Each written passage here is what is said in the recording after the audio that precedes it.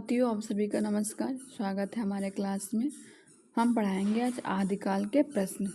आदिकाल के प्रश्न पढ़ाएंगे जो कि वनडे एग्ज़ाम जो इस समय हो रहे हैं, टीजीटी, पीजीटी, अल्टीग्रेड, प्रवक्ता एग्ज़ाम के लिए यहाँ से आदिकाल से एक नए प्रश्न पूछा जाएगा। तो हम 1 से 32 तक प्रश्न पढ़ा दिए थे। 200 प्रश्न है, लमसम 200 प्रश्न है, तो 100 आज पढ़ा देंगे। उसके बाद में फिर कल थोड़े से और पढ़ा देंगे, ठीक है। तो चलिए शुरू करते हैं आज की क्लास। इसका ये पंक्ति किसकी है बताना है। जे हाल मिसकी मकुन तगा फुल दोहराए नैना बनाए बतिया। इस प्रसिद्ध पंक्ति के रचनाकार कौन है? मलिक मोहम्मद जैसी हैं। कौन है? मलिक मोहम्मद जैसी हैं। मलिक मोहम्मद जैसी है। काव्य पंक्ति आदिकाल अमीर खुसरो द्वारा रचित अमीर खुसरो का वास्तविक नाम अब्दुल हसन है। अमीर खुसरो अब्दुल हसन है। खुसरो खुसन इनकी उपाधि। इनके उपनाम क्या है? तुर्क ए अल्लाह, तोता ए हिंद। इनकी उपाधि है क्या? तुर्क ए अल्लाह और तोता ए हिंद। फिर अन्य इनके तत्व देखते हैं। इनकी रचनाएं कौन कौन सी हैं? किसकी? अमीर खुसरो की खालिक बारी। फिर है फारसी, अरबी और हिंदी शब्दकोश के नूर सिप रहा है। क्या सिप रहा है? सिपे हर आशिक, आवाज़ खुजरवा। इसका संगीत संबंधी पहेलियाँ मुकरियाँ दो सुखने और सखने हैं, ठीक है। सुखने और साखूने हैं। किसकी?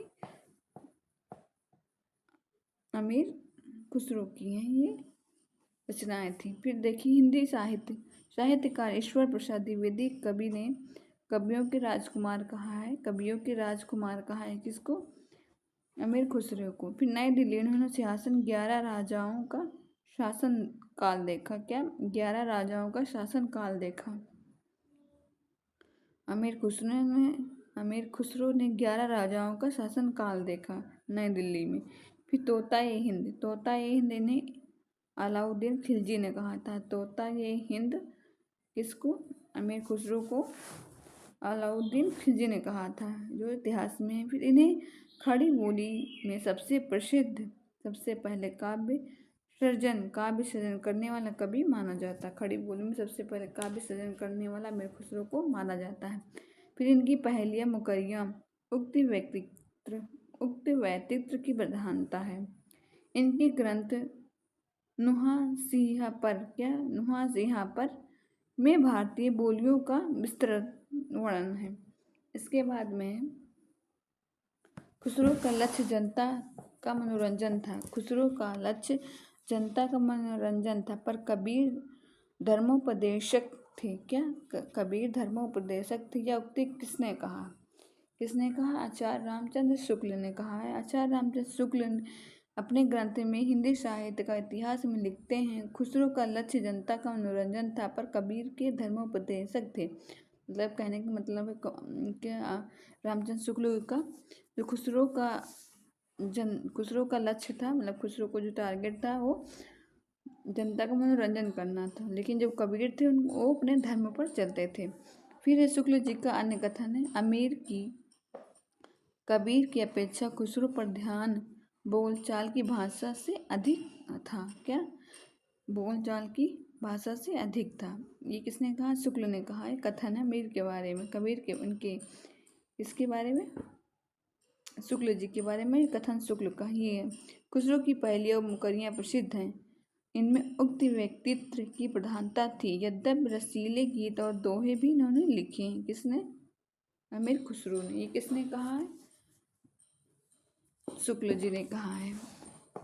फिर राउल बुएल किस तरह की रचना है? राउल बुएल किस तरह की? गद्य पद्य चंपू मिश्रित है। निम्न शिलांकित कृत राउल बुएल है। यह गद्य पद्य मिश्रित चंपू काव्य की प्राचीनतम हिंदी कृति है।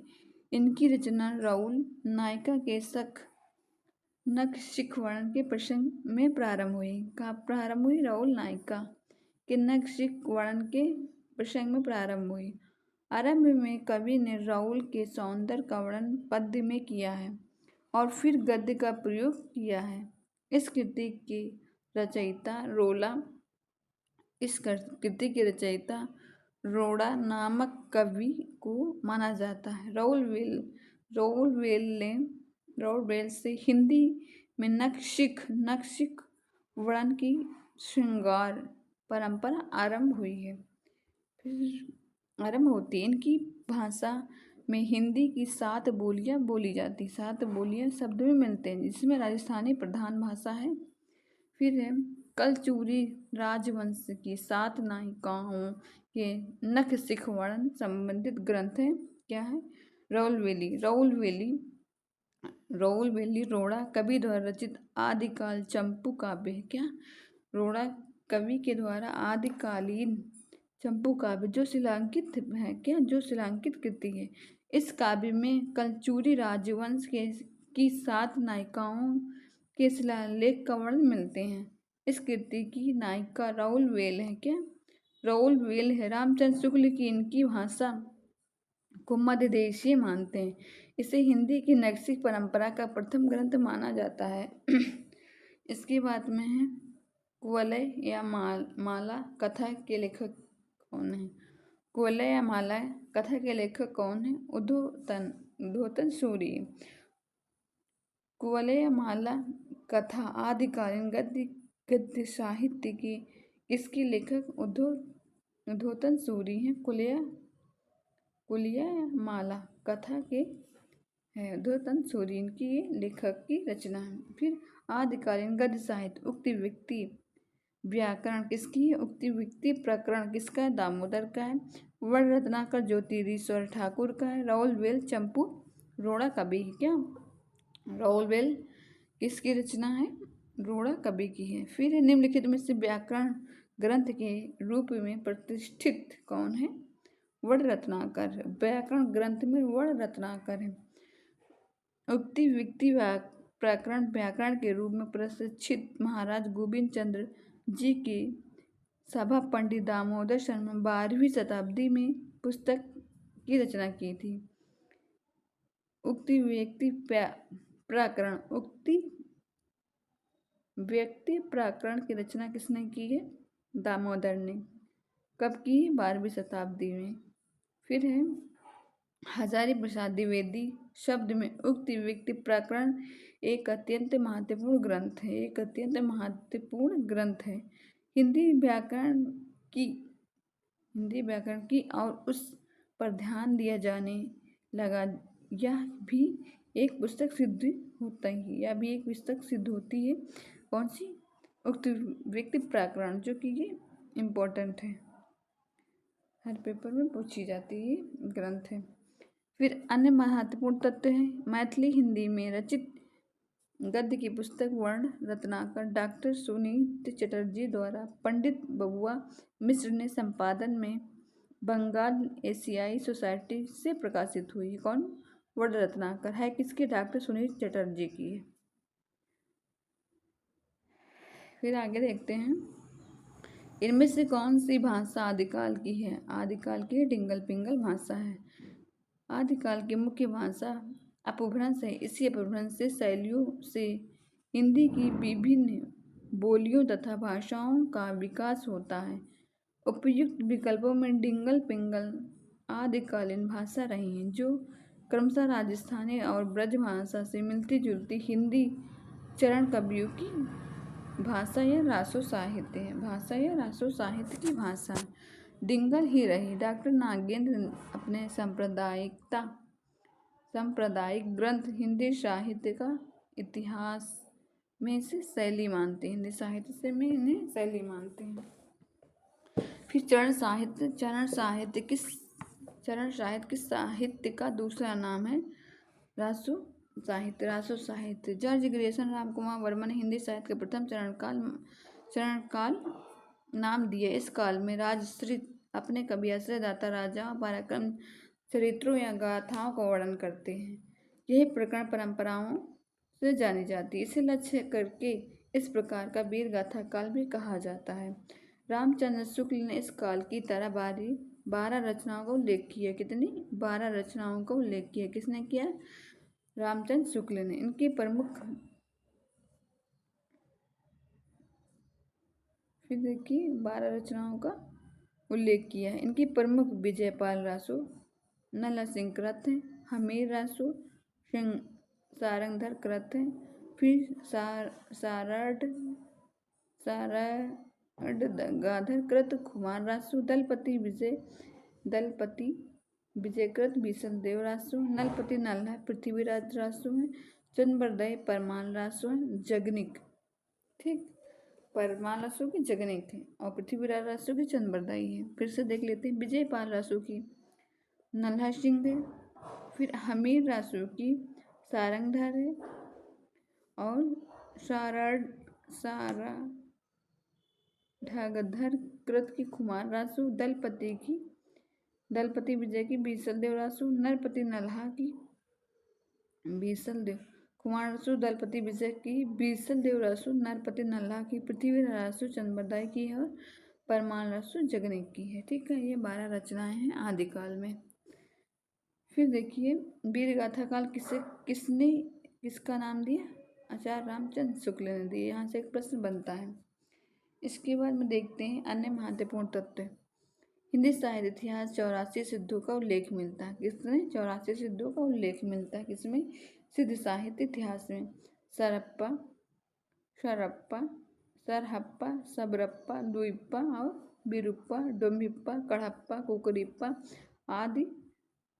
आदि सिद्ध कवि हैं। इसके बाद में देखते हैं नादपंथी योगी अलग जगाते। नादपंथी जिन ग्रंथों को प्रणाम मानते उनमें सबसे प्राचीन हठ युग संबंधित घैराड साहित्य और शिव साहित्य है। गोरखनाथ द्वारा रचित प्रमुख कृतियां हठ योग, गोरखनाथ, ज्ञानवृक्ष, गौरक्षकल्प आदि हैं। फिर जैन साहित्य प्राकृत एवं संस्कृत भाषा में मिलते हैं। जैन साहित्य प्राकृत एवं संस्कृत भाषा में मिलते हैं। जैन साहित्य जिसे आगम कहा जाता है, इनकी 12 संख्या होती है। कितनी? 12 संख्या होती है। किसकी?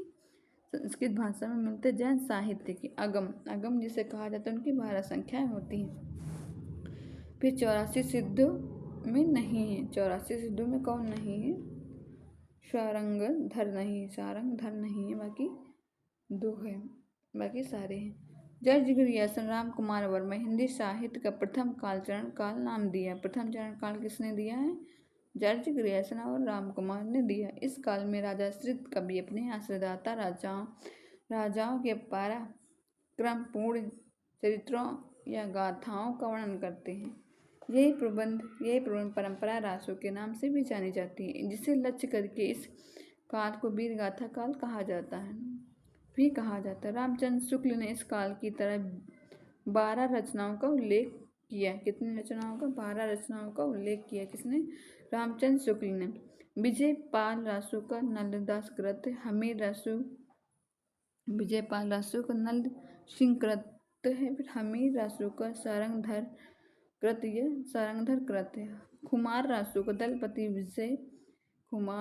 दलपति विजय कृत, बीसल देव रासो को नरपति नल्हा, पृथ्वीराज रासो को चंद्रबरदाई, परमाल रासो को जगनिक है। फिर महत्वपूर्ण वही आ गया। सिद्ध साहित्य इतिहास की 84 सिद्ध का उल्लेख मिलता है। सरहप्पा, सबरप्पा, लुइप्पा, बिरुप्पा, डोंगिप्पा, कड़प्पा, कुकुरिप्पा आदि सिद्ध कवि माने जाते हैं। प्रश्न नंबर देखिए और इसके आगे भी है। नाथ साहित्य गोपी अलग जगाते हैं। नाथ साहित्य जिन ग्रंथों का प्रणाम मानते हैं उनमें प्राचीन हठ योग और घैराड साहित्य शिव साहित्य है। गोरखनाथ द्वारा रचित प्रमुख कृतियां हठ योग, गोरखनाथ, ज्ञान मार्ग, गोरक्षकल्प आदि हैं। फिर जैन साहित्य प्राकृत एवं संस्कृत भाषा में मिलते हैं। जैन साहित्य जिसे आगम कहा जाता है, इनकी संख्या 12 बताई गई है। आगम की संख्या 12 है। इसके प्रश्न नंबर 41 पे हैं। सिद्धों की संख्या कितनी मानी जाती है? 84 मानी जाती है। सिद्धों की संख्या 84 कैसे? जैसे ये कौन से थे, सबरप्पा, हरप्पा, ये सब 84 नाथों से मिलते हैं। फिर देखिए 84 नाथों का उल्लेख भी किया गया। बाप रे, आप लोग देख लीजिएगा वरना बहुत टाइम लगेगा पढ़ाते हुए। कौन से लेखक किस कास्ट के हैं वो भी बताया गया है। ठीक है, अभी 84 खत्म भी नहीं हुआ है। ये देखो,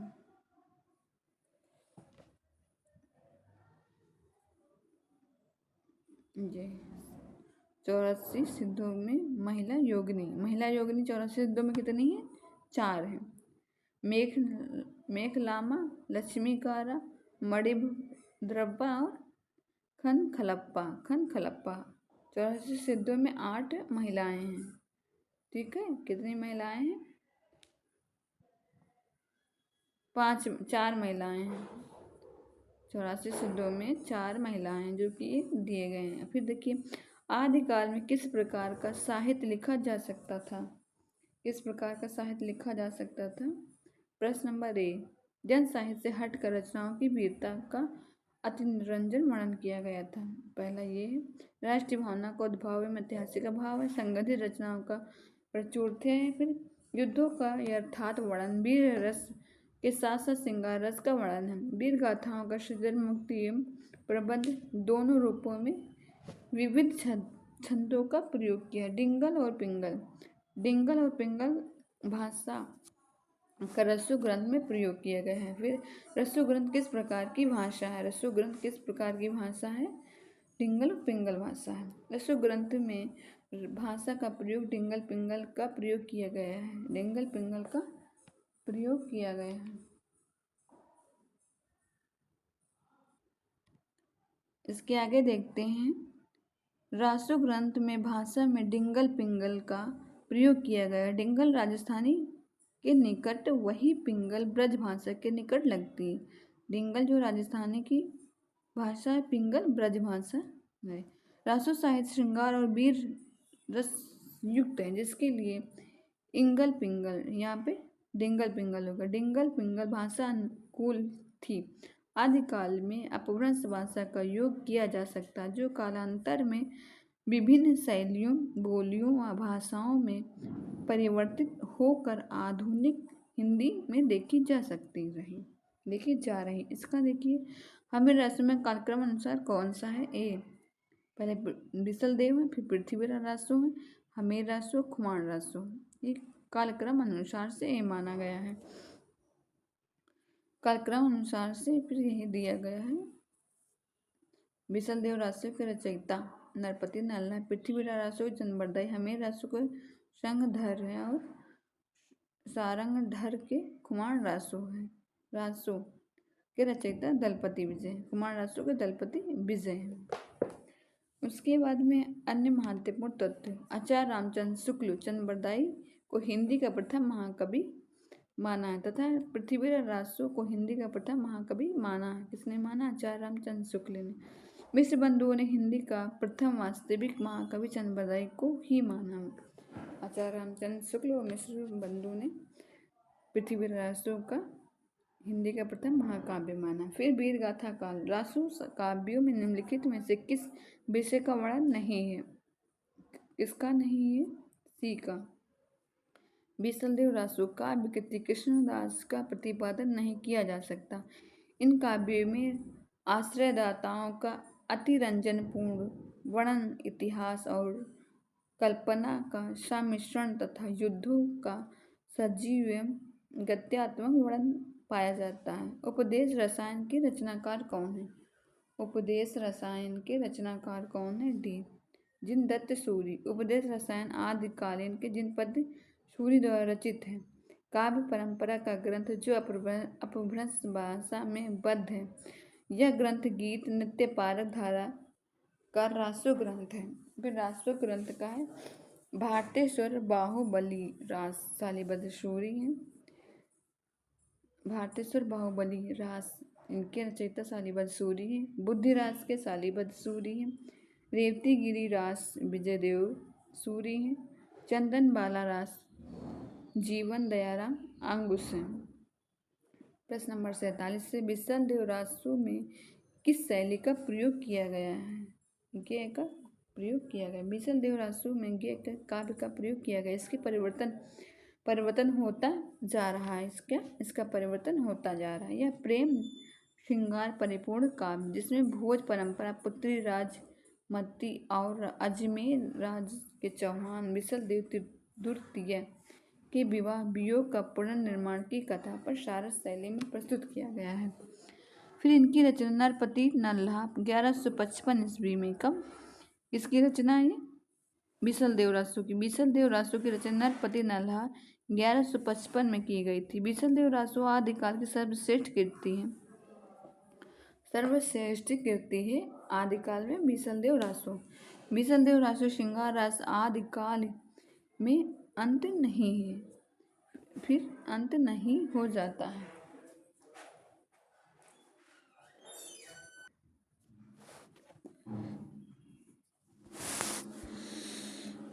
विद्यापति से होती हुई यह परंपरा आदिकाल में प्रेमाख्यान काव्यों तक पहुंची है। कृष्ण भक्तों को प्रभावित किया है। रीतिकाल में जाकर इनका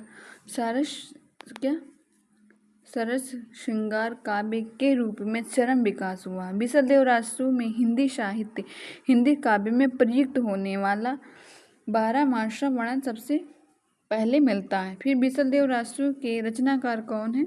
नरपति नल्हा। बिसल देवरासु के प्रमुख रचनाकार रचना आचार्य रामचंद्र शुक्ल हैं। दलपति विजय की रचना है। कवि है दलपति विजय। इनकी रचना कुमार रसो। समय है 9वीं शताब्दी। काव्य रूप प्रबंध। हाँ आंटी। फिर कवि नरपति नल्हा, रचना बिसल देवरासु। समय है 1212। वीर गीत काव्य रूप है। इसके बाद में कवि जगनी का इनकी रचना परमाल रासु अल्लाखंड 1230 ईस्वी में वीर गीत है।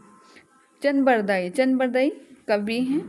रचना जय चंद्र प्रकाश है। समय 1224 प्रबंध काव्य है। इसके बाद में कवि हैं मधुकर भट्ट हैं। रचना जय मयंक जस चंद्रिका। समय 1243 प्रबंध काव्य है। फिर कवि हैं चंडगाधर। रचना है हमीर रासु काव्य रूप प्रबंध है। नल सिंह विजयपाल रासु वीर गाथा काल है। कवि नल सिंह और इनकी रचना विजयपाल रासु है। और ये काव्य रूप इनका क्या है? वीर गीत है।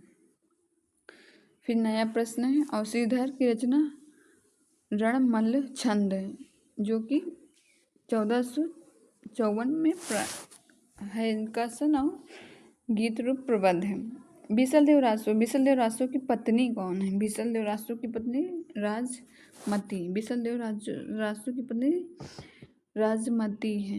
इनकी गेय काव्य कहा जाता है। इनके द्वारा परिवर्तन होता जा रहा है। प्रेम एवं श्रृंगार से परिपूर्ण काव्य है जिसमें भोज परमार की पुत्री राजमती और अजमेर के चौहान राजा बिसल देव द्वितीय के विवाह वियोग एवं पुनर्मिलन की कथा सरस शैली में प्रस्तुत की गई। नरपति नल्हा 1155 ईस्वी में बिसल देवरासु आदिकाल की एक श्रेष्ठ काव्य कृति है। बिसल देवरासु श्रृंगार रस परंपरा आदिकाल में नहीं है। अतः जो विद्यापति से हुई परंपरा भक्ति काल में प्रेमाख्यान पहुंचती काव्यों तक पहुँचते हैं। काव्य भक्तों में प्रभावित किया जा सकता है। रीतिकाल में जाकर इसका सारस श्रृंगार काव्य के रूप में चरम विकास हुआ है। बिसल देवरासु में हिंदी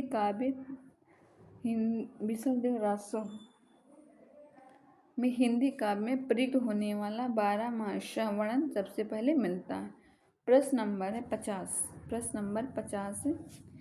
निम्नलिखित में से रासु संख्या का मूल वर्ण विषय वीर रस श्रृंगार रस कहा जाता है। क्या है इसका?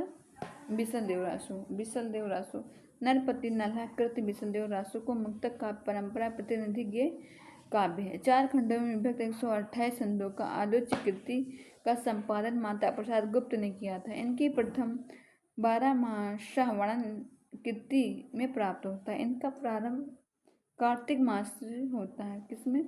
कार्तिक मास में होता है। इस कृति में भोज परमाल की पुत्री एवं अजमेर के राजा बिसल देव द्वितीय की पत्नी राजमती की तरह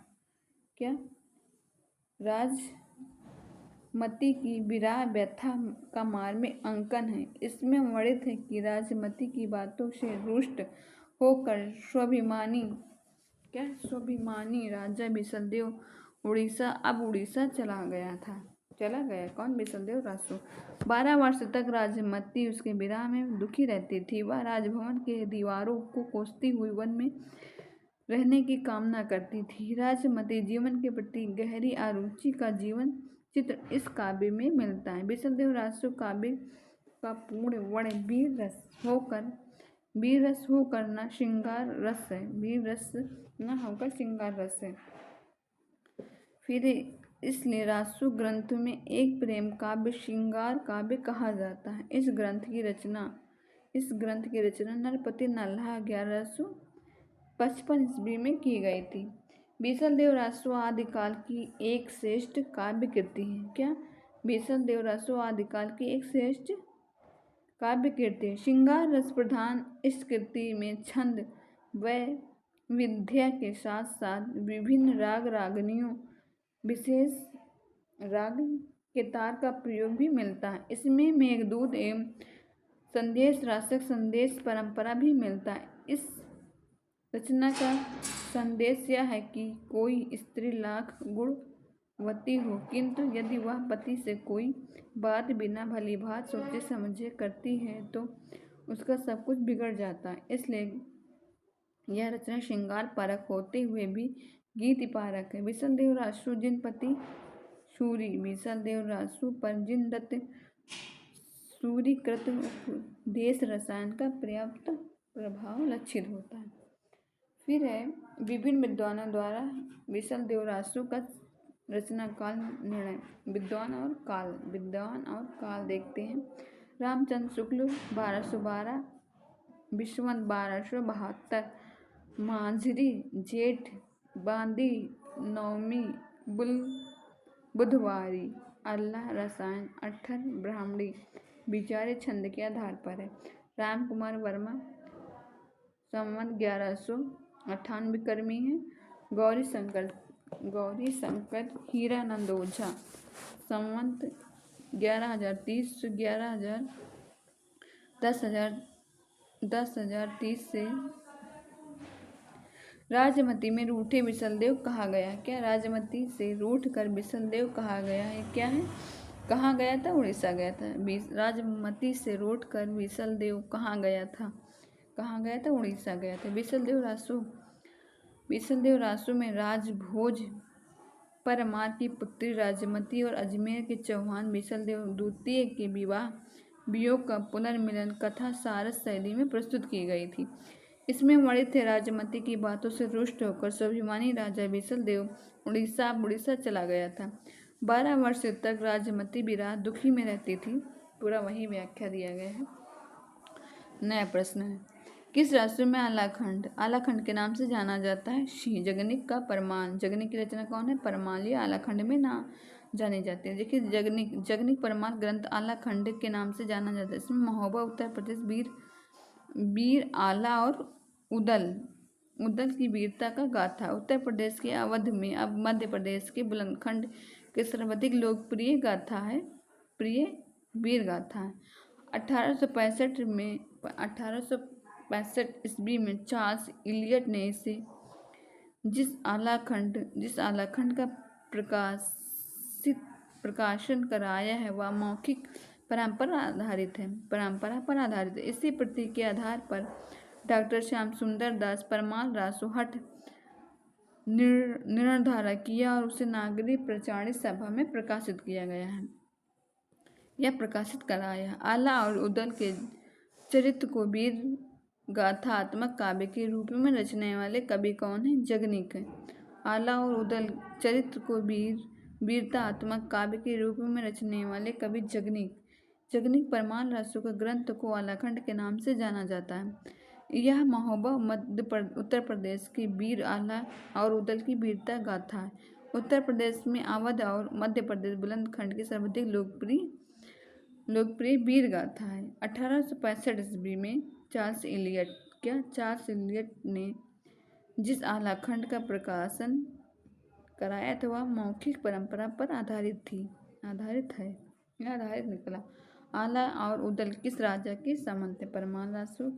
परमाल के, जगनिक के, कीर्ति के या औरंगजेब के? तो किसके? परमाल के। आला और विजय राज परमाल के दरबार में संबंध में जिनकी वीरता वर्णित जगनिक परमाल में किया गया है। 55 है। 12 बारिश ले कुकुर जिए और 13 ले जिए सियार, बारिश 18 सत्री जिए आगे जीवन को धिक्कार। किस विधा की रचना है? आला की रचना है। जगनिक परमाल रासु से ली गई है। इसमें आला और उदल नामक दो वीर सरदारों की पूर्णता का लड़ाइयों को वर्णन है। इसमें वीर भावना का जितना प्रौढ़ रूप मिलता उतना अत्यंत दुर्लभ है। फिर युद्धों के अत्यंत प्रभावशाली वर्णों इस प्रकार में भरमार है। इसकी रचना लोक गाथा के रूप में न होकर शुद्ध काव्य के रूप में आला विधा है। इसके बाद में देखते हैं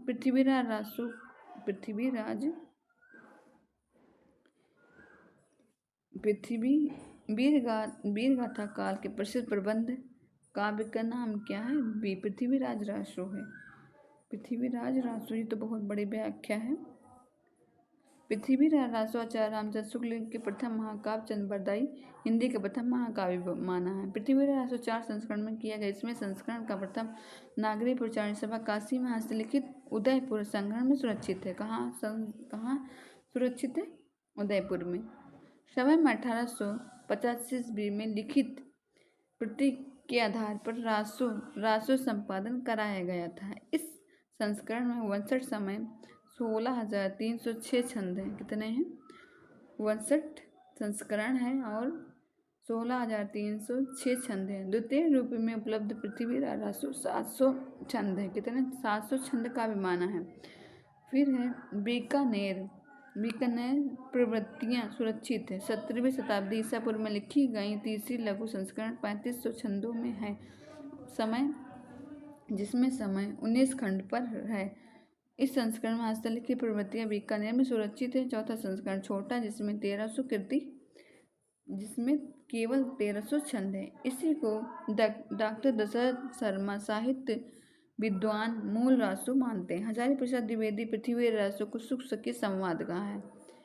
हजारी प्रसाद द्विवेदी ने पृथ्वीराज रासो का सुख सुखी संवाद के रूप में रचित है। चंद्रबरदाई महाराज पृथ्वीराज रासो के दरबारी कवि। क्या? पृथ्वीराज रासो चंद्रबरदाई महाराज जो हैं पृथ्वीराज रासो के दरबारी कवि हैं। इनकी भाषा को भाषा शास्त्रियों में पिंगल कहा गया है। इसमें महाराज पृथ्वीराज रासो प्रेम का, संयोगिता, परिणयता तथा युद्ध का वर्णन है। चंद्रबरदाई पृथ्वीराज रासो राजकवि ही नहीं है, इसके शाखा और सामंत भी थे। षड्भाषा, व्याकरण, काव्य साहित्य, छंद शास्त्र, ज्योतिष, पुराण आदि अनेक विधा पारंगत विधाओं का। हिंदी का प्रथम महाकाव्य कौन सा है? हिंदी का प्रथम महाकाव्य पृथ्वीराज रासो है। प्रिया प्रवास पृथ्वीराज रासो है। परमाल तो हिंदी साहित्य का प्रथम महाकाव्य पृथ्वीराज रासो माना जाता है। जबकि खड़ी बोली में प्रथम महाकाव्य प्रवास को माना जाता है। किसको? प्रिया प्रवास को माना जाता है। पृथ्वीराज रासो को आदिकालीन। प्रिया प्रवास किसकी है? हरिओद की है। फिर रामचंद्र शुक्ल हिंदी का प्रथम महाकवि किसे माना है? चंद्रबरदाई को माना है। हिंदी साहित्य प्रथम पृथ्वीराज रासो का आचार्य रामचंद्र शुक्ल हिंदी का प्रथम महाकाव्य माना। इसके रचयिता हिंदी के प्रथम कवि माने हैं। चंद्रबरदाई किसके दरबारी थे? पृथ्वीराज रासो के दरबारी थे। हिंदी साहित्य का प्रथम महाकाव्य पृथ्वीराज रासो माना जाता है। जबकि खड़ी बोली में हिंदी का प्रथम महाकाव्य प्रिय प्रवास को माना जाता है। पृथ्वीराज रासो आदिकालीन रचना के इनके रचयिता चंद्रबरदाई हैं। जबकि प्रिय प्रवास के हरिओद है। पृथ्वीराज किसके प्रति अनुरक्त थे? पृथ्वीराज किसके प्रति अनुरक्त थे? संयोगिता। पृथ्वीराज कन्नौज के राजा जयचंद्र की पुत्री संयोगिता के प्रति अनुरक्त थी। संयोगिता पृथ्वीराज पर अनुरक्त थी। दोनों एक दूसरे पर अनुरक्त थे। पृथ्वीराज के बढ़ते हुए उत्कर्ष को जयचंद्र सहन न कर सका और मन ही मन द्वेष भाव करने लगा। पृथ्वीराज को नीचा दिखाने के लिए जयचंद्र ने उनकी मूर्ति द्वार पर लगवा दी है और संयुक्ता स्वयंवर की घोषणा की है। संयुक्ता ने मूर्ति स्वरूप पृथ्वीराज के गले में वरमाला डाल दी। उसी समय पृथ्वीराज और संयुक्ता को घोड़े पर बिठाकर दिल्ली चले गए हैं। फिर पृथ्वीराज में पृथ्वीराज के पिता कौन है? सोमेश्वर। पृथ्वीराज में पृथ्वीराज के पिता कौन है? सोमेश्वर हैं। पृथ्वीराज चंद्रबरदाई।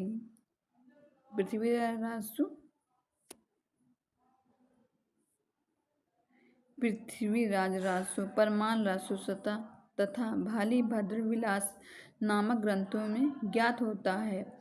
हमीरपुर दिल्ली के राजा अनंगपाल तोमर राजा कामध्वज में युद्ध हुआ। अजमेर के राजा सोमेश्वर पृथ्वीराज चौहान के पिता ने राजा अंगदपाल की सहायता तब अनंगपाल ने अपनी पुत्री इंद्रावती का विवाह राजा सोमेश्वर से करके उनका एहसान चुकाया। रानी इंद्रावती का नाम कलामा था। रानी इंद्रावती का नाम कमला भी था। अब इसमें मिलान करना है। बीसलदेव रासु किसकी है? जगनिक की। बीसलदेव रासु जगनिक की। पृथ्वीराज रासु चंद्रबरदाई है। परमान रासु दलपति विजय है ना। परमान रासु दलपति विजय। कुमार रासु जगनिक है। इसका क्या होगा? बी। बीसलदेव रासु नरपति नल्हा की है। पृथ्वीराज रासु चंद्रबरदाई की है। परमाल रासु जगनिक की है। कुमार रासु दलपति विजय की है। उसके बाद में आदिकालीन हिंदी काव्यधारा के प्रवर्तक नहीं है। कौन नहीं है? सिख साहित्य नहीं है। कौन नहीं? सिख साहित्य के आदिकाल विक्रम संवत 1150 सावंत से 1375 आचार्य रामचंद्र ने वीर गाथा काल का नाम दिया है। चरण काल सिद्ध सामंत काल अन्य नामों में उल्लेख किया गया है। इस समय साहित्य मुख्यतः इन रूपों में मिलता है: सिद्ध साहित्य, नाथ साहित्य, जैन साहित्य, चरण साहित्य, प्रकरण साहित्य। सिख साहित्य का उल्लेख इस काल में नहीं मिलता है। इसके बाद में देखते हैं अपभ्रंश में दोहा काव्य की परंपरा का आरंभ किस वर्ष में किया गया था? इंदु में किया गया था। अपभ्रंश दोहा काव्य का इंदु में किया गया था। फिर अपभ्रंश दोहा काव्य में परंपरा आदिकालीन इंदु कवि इनकी प्रमुख रचनाएं हैं: योग सार तथा परमात्मा प्रकाश, परम अपुआसु, योग सार जहाँ आध्यात्मिक ग्रंथ हैं, वहीं आत्म प्रकाश है। क्या? आत्म प्रकाश से आत्म परमात्मा है, द्रव्य है, गुण है, कर्म है, पाप पुण्य है, परम समाधि इत्यादि का भी वर्णन करते हैं। जोइंदोई को योगींद्र भी कहा जाता है। निम्नलिखित में से वीर गाथा काल की रचना नहीं। भक्त काल नहीं है ना। भरत भक्ति काल के कवि इनकी रचना भक्त माल प्रिय दास भक्त माल का टीका 1712 ईस्वी में लिखा गया था। इसमें 200 भक्तों को चरित्र 316 छपियों में वर्णित है। भक्तमाल तुलसीदास के भक्तमाल का सुमेरु कहा गया। संदेश राशक अब्दुल रहमान की रचना है। जय मयंक जयचंद्र का मधुकर भट्ट की रचना है। जय मयंक जयचंद्र का मधु भट्ट की रचना है। फिर आदिकालीन साहित्य का प्रमुख रस कौन सा? वीर रस है। आदिकालीन साहित्य प्रमुख रस कौन सा है? वीर रस है। फिर नेक्स्ट प्रश्न है, विद्यापति में कुल कितने ग्रंथों की रचना की गई? 14। विद्यापति संस्कृत आवट में मैथिली 3 भाषाओं का उल्लेख किया गया है। कुल 14 भाषाएं इनकी प्रमुख निम्नलिखित बोलियां हैं विद्यापति की। भू परिक्रमा, पुरुष परीक्षा, लिखनावली, सेव सर्वस्व सार, प्रमाणभूत, सार श्रृंगार, गंगा वाक्यावली, दान वाक्यावली, दुर्गा भक्ति तरंगड़ी, गया पत्तलक, विभा सागर, वर्ण कृत्यान है। फिर इनकी आवट की रचनाएं बहुत इंपॉर्टेंट हैं। आवट रचनाएं जो आवट भाषा में लिखी गई कीर्त्यलता, कीर्तिपताका। मैथिली रचनाएं हैं विद्यापति, पदावली, ये मैथिली हैं। दान वाक्यावली के रचनाकार कौन है? दान के वाक्यावली के विद्यापति। फिर है विद्यापति की अन्य रचनाएं जो संस्कृत एवं आवट में भी हैं। कीर्तिलता और कीर्तिपताका इनकी रचनाएं आवट में हैं। इनकी तीसरी रचना पदावली, इसकी भाषा ब्रज मैथिली में है। इसमें कीर्तिपताका अभी तक संपादित होकर प्रकाशित नहीं हुई। कीर्तिलता ऐतिहासिक महत्व का छोटा सा प्रबंध काव्य है। इनकी भाषा आवट है। विद्यापति ने इसे कल्हाड़ी कल्हाड़ी किससे कहा? विद्यापति ने कहा। विद्यापति की यश के आधार पर है। इनकी रचनाएं भू परिक्रमा, पुरुष परीक्षा, लिखनावली, सेव सर्वस्व सार, गंगा वाक्यावली, दान वाक्यावली, दुर्भाग्य तरंगड़ी, फिर है विभागसार, वर्षकृत, गाया पतन, गौरस्य विजय की इनकी प्रसिद्ध नाटक इस प्रकार के कुल ग्रंथों 14 रचना मानी है विद्यापति ने। फिर है निम्नलिखित में से कौन सी रचना अभी तक संपादित होकर प्रकाशित नहीं हुई? विद्यापति की कौन सी? पदावली नहीं, कीर्तिपताका। विद्यापति की रचनाएं संस्कृत आवट में कीर्तिपताका और कीर्तिलता और कीर्तिपताका इनकी आवट रचनाएं। इनकी तीसरी रचना पदावली है। इनकी भाषा मैथिली है, जिनमें कीर्तिपताका अभी तक संपादित होकर प्रकाशित नहीं हुई। इसके द्वारा कुल 14 ग्रंथ हैं जो हमने अभी आगे पढ़ा है। प्रश्न नंबर 70 है विद्यापति का कुल भक्तों की परंपरा में न समझना चाहिए। इनमें से यह कथन किसका है? राम कुमार वर्मा का है। राम कुमार वर्मा साहित्य ऐतिहासिक ग्रंथ हिंदी साहित्य का इतिहास में न लिखते विद्यापति और कृष्ण भक्तों की परंपरा को समझना चाहिए। इन्होंने कहा है विद्यापति के पद अधिकतर श्रृंगार के ही हैं, जिसमें नायक और नायिका राधा कृष्ण है विद्यापति में। फिर है जिस प्रकार कारण विद्यापति मैथिली कोकिल कहलाए वह इनकी पदावली है। मैथिली कोकिल पदावली है। और विद्यापति श्रृंगार में जिसमें नायक और नायिका राधा कृष्ण है। फिर विद्यापति के शोध इन पदों की रचनाएं श्रृंगार काव्य की दृष्टि से भक्त रूप नहीं है। फिर आध्यात्मिक रंग के जिसमें आजकल बहुत सस्ते हो गए हैं, इसे चढ़ाकर कुछ लोग ऐसे गीत गोविंद के पदों को आध्यात्मिक संकेत बताए गए। किसने कहा? विद्यापति ने कहा। और ये रामचंद्र शुक्ल की मान्यताएं हैं। विद्यापति ने कहा ये लाइन कथन रामचंद्र शुक्ल की मान्यता दी। फिर है विद्यापति इनमें से किस राजा के आधार पर मैथिली कोकिल कहलाए? किसके पर? पदावली पर। रामचंद्र शुक्ल हिंदी साहित्य के इतिहास में लिखा गया रचना हिंदी साहित्य मैथिली शरण गुप्त कहलाएगी। ये इनकी पदावली। अपने समय में प्रचलित मैथिली भाषा व्यवहार करते थे। मैथिली भाषा का व्यवहार करते थे कौन? विद्यापति। विद्यापति के पद श्रृंगार क्या? विद्यापति के पद श्रृंगार में ही इनकी नायक नायिका राधा कृष्ण है। क्या? इनकी नायक नायिका राधा कृष्ण है। प्रश्न नंबर 72 है काम भाव और शरीर सौंदर्य यहाँ उत्सव रूप में है। विद्यापति के संदर्भ में यह कथन किसका है? डॉक्टर रामस्वरूप चतुर्वेदी का।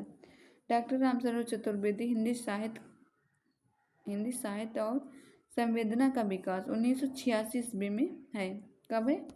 1986 ईस्वी में, जो कि विद्यापति के संदर्भ में लिखा गया है।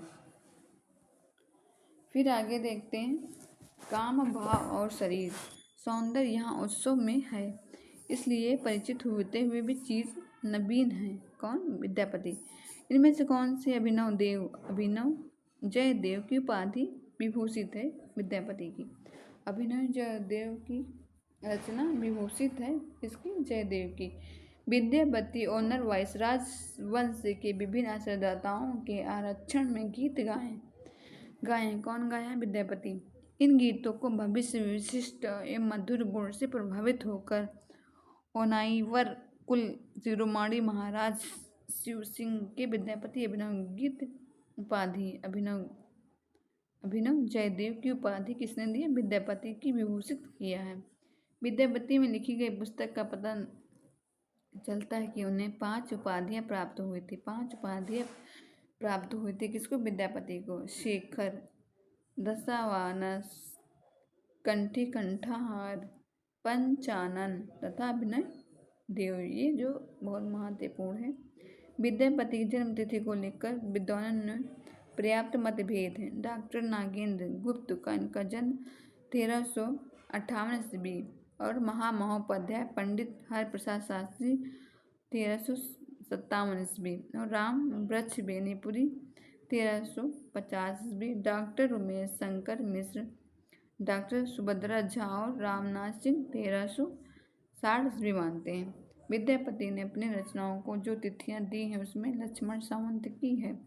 एक घटना चैत्र मास पंचमी लक्ष्मण सावंत 252 को मालिक असलान द्वारा राजा रागेश्वर तथा दूसरा घटना राजा कीर्ति सिंह और द्वारा जौनपुर के बादशाह इब्राहिम तानाशाह सहायता से तिरोहित का पुनरुद्धार किया है।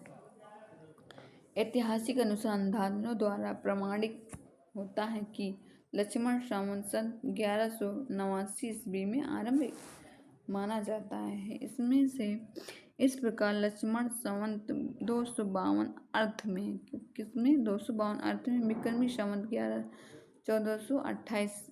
इस प्रकार राजा गणेश्वर की मृत्यु राजा गणेश्वर की मृत्यु का समय 20 संवत 1428 सिद्ध होता है। विद्यापति के राजा गणेश्वर राज दरबारी विद्यापति के विद्यापति पिता के साथ विद्यापति कई बार राजा गणेश्वर से मिले थे विद्यापति। फिर ऐसा उल्लेख मिलता है कि इसी आधार पर डॉक्टर शिव प्रसाद सिंह सितारे का कथन है, यदि राजा गणेश्वर के वध के समय विद्यापति इस बार 12 साल के थे तो उनका जन्म लक्ष्मण संवत 242 विक्रमी संवत 1418 आसपास होगा। प्रसिद्ध विद्वान नागेंद्र गुप्त ने इनका जन्म लक्ष्मण 241 बताया गया है। प्रश्न नंबर 74 है, विद्यापति किस पर आश्रित थे? इनमें से किसी पर नहीं। विद्यापति मैथिली के निवासी थे। वैष्णव महाजन पदावली के संग्रहण काल में लिखा है, यह महाराज शिव सिंह के आधार पर पंडित थे। विद्यापति में लिखी हुई पुस्तक का पता चलता है कि उन्हें 5 उपाधियां प्राप्त हुई। कितनी? 5। कवि शेखर, दशावधान, कवि कंठाहार, फिर पंचानन तथा अभिनय जयदेव, जो वेरी इंपॉर्टेंट है। जब दिल्ली के बादशाह महाराज शिव सिंह सेंगर कैद कर अपनी राजधानी ले गए और उन्हें चिरकाल के कारण विरुद्ध कर रखने का विचार किया है, जो उस समय अपने स्वामी दयनीय दशा क्षुब्ध और महाकवि विद्यापति को दिल्ली पहुंचाने और मादक रचनाओं से सम्राष्ट्र में मुग्ध कर अपने महाराज की मुक्ति करा दी। विद्यापति राजा हर्षसिंह पुत्र नरसिंह में राजश्रित थे। नरसिंह की आज्ञा विद्यापति विभा सागर नामक ग्रंथ लिखा, जिसमें उत्तराधिकारी लगभग व्यवस्था दी गई है। तत्कालीन इब्राहिम शाह के शासन दुर्व्यवस्था की इन्होंने अपनी कीर्तिलता में कटु आलोचना की। विद्यापति कीर्ति सिंह के भी कवि आश्रित थे, जिसके यशगान कीर्तिलता की रचना अतः इसमें कह सकता है कि देश है। फिर है, निम्नलिखित में से संबंध किस साहित्य से नहीं है? इसमें लिखा है गोपी चंद्र में नहीं है। कड़प्पा, सबरप्पा, सरहप्पा, लुइप्पा, टुंगिप्पा, कुरिप्पा आदि सिद्ध साहित्य के कवि नहीं हैं। साध साहित्य के कवि जिन कवियों में योगदान दिया उनमें चौरंगीनाथ, गोपीनाथ, चूड़करनाथ, भरधर, जलंधर भाव आदि हैं। इस साहित्य के कवियों में अलग अलग विद्वानों अलग अलग रूप दिए गए हैं। प्रश्न नंबर 76 है, नाथ पंथ के प्रणेता कौन है? आदिनाथ।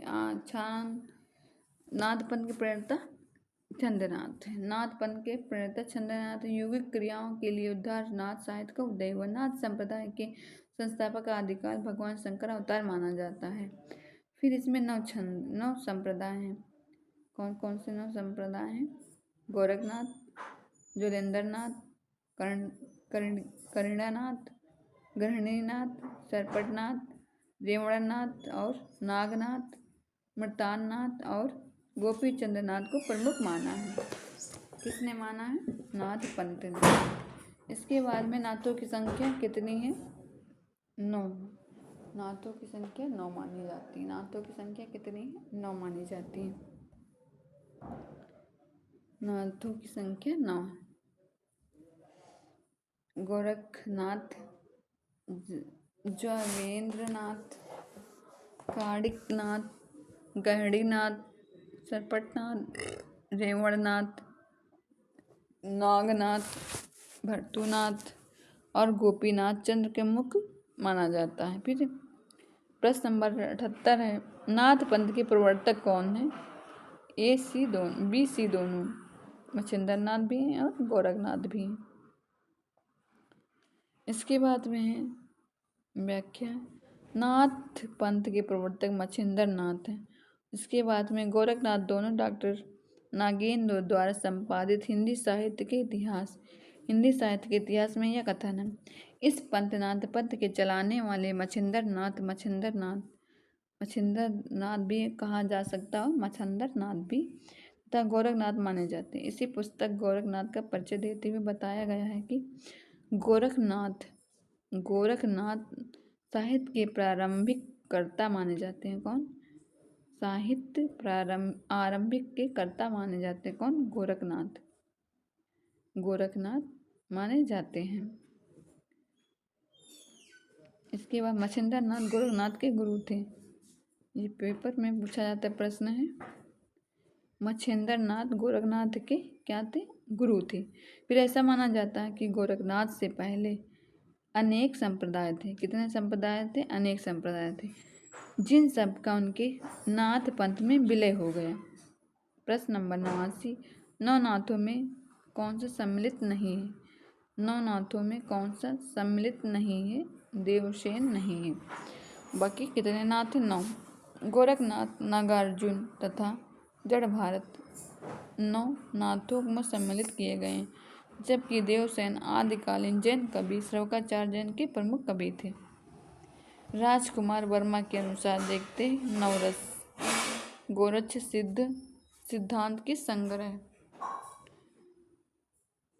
राम कुमार के अनुसार देखते हैं 9 ग्रंथ कौन कौन से हैं? आदि ग्रंथ मच्छिंद्रनाथ, गोरखनाथ, गृहिणीनाथ, चरपटनाथ, चौरंगीनाथ, ज्वलेंद्रनाथ, भर्तृहरि, गोपीचंद्र। ठीक है। फिर है गोरक्ष सिद्धांत संग्रह के अनुसार नागार्जुन, जड़भर, हरिश्चंद्र, सत्यनाथ, नीभनाथ, गोरक्षनाथ, चरपटनाथ, जलंधरनाथ, मलयार्जुन, ये 9 नाथ थे। प्रश्न नंबर 80 पे आते हैं। प्रश्न नंबर 80। प्रश्न नंबर 80 है, गोरखनाथ का समय 11वीं शताब्दी है। गोरखनाथ का समय 11वीं शताब्दी यह मान्यता किस विद्वान की है? डी की है, डॉक्टर पीताम्बर दत्त बड़थवाल। डॉक्टर पीताम्बर बड़थवाल गोरखनाथ का समय 11वीं शताब्दी मानते हैं। राहुल चंद्र खेतान गोरखनाथ का समय 845 भी माना है, जबकि गोरखनाथ वर्मा 13वीं शताब्दी एवं हजारी प्रसाद 9वीं शताब्दी मानते हैं। डॉक्टर पीताम्बर दत्त बड़थवाल ने गोरखनाथ में ग्रंथों की संख्या कितनी मानी? गोरखवाणी शीर्षक से लिया गया। नाथ संप्रदाय में हठ योग का क्या अर्थ है? गोरखनाथ हठ योग उपदेश की भाषा दिया गया। हठ योगियों सिद्ध सामान्य पद्धति ग्रंथ के अनुसार हा या ठा का अर्थ सूर्य, हा का अर्थ सूर्य और ठा का अर्थ चंद्र है। इन दोनों योग से हठ योग बनकर मिला है, इसे हठ योग कहते हैं। गोरखनाथ ने ही चक्रों या योग व मार्ग हिंदी साहित्य में चलाया जाता है या चलाया गया है। प्रश्न नंबर 82, हठ योग का आदेश उपदेश किसने किया है? गोरखनाथ ने किया है, जो भी हमने आगे व्याख्या में पढ़े। गोरखनाथ ने हठ योग का उपदेश दिया। हठ योगियों के सिद्ध सामान्य पद्धति ग्रंथ के अनुसार हा का अर्थ है सूर्य और सूर्य का अर्थ है चंद्र। इन दोनों के योग से हठ योग कहते हैं। गोरखनाथ चतुर्भुज योग वर्ण हिंदी साहित्य में चलाया जाता है। सिद्धों की साधना में शून्य का पूरक तत्व है। ब्रज अग्नि चित्र ज्ञान, क्या होगा? ज्ञान। विद्वानों की साधना में शून्य का पूरक तत्व ज्ञान था। ब्रजयान में महासुख की वह दशा बतलाई गई जिसमें साधक शून्य में इस प्रकार विलीन हो जाता है जिस प्रकार नमक पानी में, जिस प्रकार साधक शून्य में विलीन हो जाता है उस प्रकार नमक पानी में। दशा का प्रतीक खड़ा करने पर युग्म दंड की भावना की गई है। हिंदी साहित्य में शून्य समाधि का वर्णन उलटवासी शैली में किया गया है। किसमें? उलटवासी शैली में किया गया है। प्रश्न नंबर 84 है, सिद्ध कवियों द्वारा प्रयुक्त भाषा को कहा जाता है? किसको? संध्या को कहा जाता है। इसकी व्याख्या है, सिद्ध कवियों द्वारा प्रयुक्त साधा या साध्या कहा जाता है। ये प्रश्न पूछा गया है पीजीटी में। सिद्ध कवियों द्वारा प्रयुक्त भाषा को कहा जाता है? साधा को कहा जाता है। साधा या साध्या कहा जाता है। इन्होंने साधा भाषा शैली की रचनाएं की हैं। कौन कौन सी हैं? साधा भाषा अत्यंतात्मक अनुभूतियों का संकेत करने वाले प्रतीक भाषा। इस भाषा का प्रयोग ग्रंथों में किया गया है। प्रश्न नंबर है 85। प्रश्न नंबर 85 है, निम्नलिखित में से साहित्य के विषय में कौन सी रचना कथन नहीं बताना है ताकि सब सही। डॉक्टर, इसमें क्या लिखा है? डॉक्टर तोरी, यहाँ पे डॉक्टर तासी होगा। डॉक्टर तासी अपनी पुस्तक पुरानी राजस्थानी में गुजरात और राजस्थान के पश्चिमी भाग में पुरानी पश्चिमी राजस्थानी एवं सुरसैन तथा राजस्थान के पूर्व भाग की भाषा पिंगल अपभ्रंश नाम देते। कौन से? पिंगल अपभ्रंश नाम देते। सिद्ध साहित्य का प्रणय पिंगल भाषा में नहीं है। फिर हिंदी में शब्द का प्रथम प्रयोग किस रचनाकार ने किया है? अब्बू साइद ने किया है। किसने किया है? अब्बू साइद ने किया। हिंदी का प्रथम प्रयोग इतिहासकार अब्बू साइद माने जाते हैं। अमीर खुसरो ने हिंदी भाषा का प्रयोग किया गया है। पित्तूर के हिंदुस्तान नियम मन हिंदी गेम जवान परंत अबू साइद अमीर खुसरो पूर्ववर्ती इतिहासकार है। पार्श्वनाथ चरित्र के लेखक कौन है? वादीराज। पृथ्वीनाथ चरित्र के लेखक वादीराज हैं। इस ग्रंथ में इन्होंने आचार्य ग्रंथ क्या है यहाँ, इन्हें स्वाध्यायता विद्यापति भी कहा जाता है। यहाँ पे मिस्टेक है, प्रिंट। आदिकाल के महत्वपूर्ण तत्व हैं। यदि महत्वपूर्ण तत्व देखते हैं, आदिकाल जैन साहित्य के श्रौकाचार्य जैन साहित्य के हैं। ये जैन साहित्य के हैं। ठीक, जैन साहित्य कौन कौन है? श्रौकाचार्य है, सोमप्रभासूरी हैं, प्रबंध चिंतामणि, मेघतुंग है और मिति तिरंग है। तो इसको हम रचनाएं पढ़ते हैं। श्रौकाचार्य किसकी है? देवसेन की है। कुमारपाल प्रतिबोध सोमप्रभासूरी की है। फिर प्रबंध चिंतामणि मेरुतुंग की है। नेमिनाथ रास सुमित नीतिगढ़ की है। फिर निर्भय भीम वियोग के लेखक कौन है? रामचंद्र शुक्ल हैं। निर्भय भीम वियोग लेखक रामचंद्र सूरी हैं। कौन है? रामचंद्र सूरी। ये जैन आचार्य के थे तथा इन्हें सिद्धराज जय सिंह कुमारपाल का राजश्रय प्राप्त हुआ है। सुधा सुधा कलश शतक, कुमार विराट शतक इनके काव्य ग्रंथ हैं। कीर्तिलता किस संवाद के रूप में लिखी गई है? भृंग नाथ में लिखी गई। कीर्तिलता भृंगी संवाद के रूप में लिखी गई। कीर्तिलता की रचना महाकवि कालिदास ठाकुर आवट में लिखी गई। यह गद्य पद्य ऐतिहासिक काव्य है। कौन सी? कीर्तिलता। प्रश्न नंबर है 90। इसमें असंगत बताना है। निम्नलिखित में से संगत युग्म कौन सा? संगत ये वाला है। पैमचरऊ स्वयंभू की है, बाकी सब असंगत है। पैमचरऊ रामचरित विस्तार में वर्णित किया गया है। पैमचरऊ स्वयंभू पैमचरऊ को उनके पुत्र त्रिभुवन ने किया। सोमनाथ ने सूर्यकुल कुमार पल्ली प्रतिबोध इस गाद्य में संस्कृत काव्य लिखा गया है। जैन साहित्य मेरुत्तम कृति है। प्रबंध चिंतामणि में दूहा विधा में विवाद करने वाले 2 चरणों की कथा आई है, इसलिए अपभ्रंश काव्य को दूहा विधा कहा भी जाता है। अब्दुल रहमान द्वारा लिखित संदेश रासक का पहला छंदे मंत्र रस कहा जाता है। बहुत बहुत धन्यवाद, बहुत बहुत आभार। अब इसके बाद में फिर 50 प्रश्न बचे हुए हैं, तो हम कल पढ़ाते हैं। हमारे चैनल को एक छोटी सी विनती, आप लोग लाइक करिए।